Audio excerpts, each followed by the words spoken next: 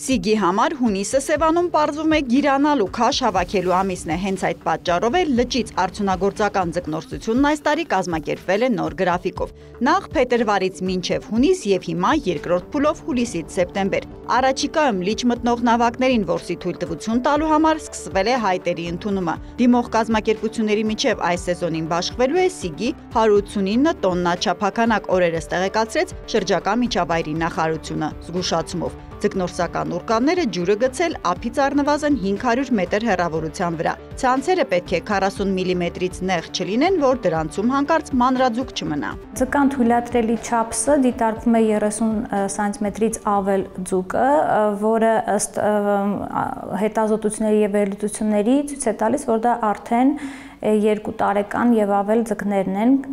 եւ արդեն իսկ մեկ անգամ ձվադրած ձկներն են։ Նաեւ սահմանվել է, որ ձուկը պետք է 400 գրամից պակաս չլինի։ Այս բոլոր տվյալների սահմանման հիմքում ընկած են այն հետազոտությունները, որոնք յուրաքանչյուր տարի Գիտությունների ազգային ակադեմիայի ինստիտուտը կատարում է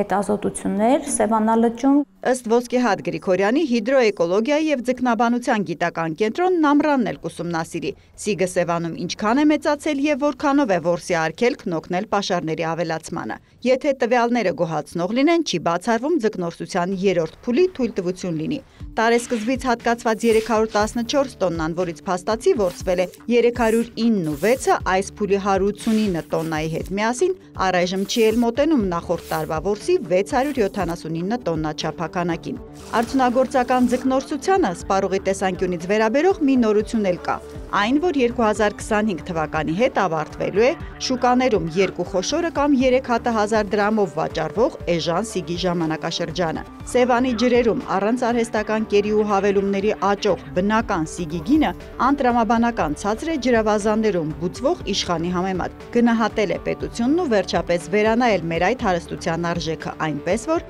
ձկնորսներից շուտով բռնած Սիգի դիմաց եռակի բարձր բնօգտագործման վճար կգանձվի բյուջե, հիշեցնում են նախարարությունից։ 2026 թվականից արդեն իսկ բնօգտագործման վճարը կազմելու է 65 դրամի փոխարեն 200 դրամ։ Այն ձկնատեսակը, որը ամբողջ աշխարհում դիտվում է որպես էկոլոգիական բարձր մթերք եւ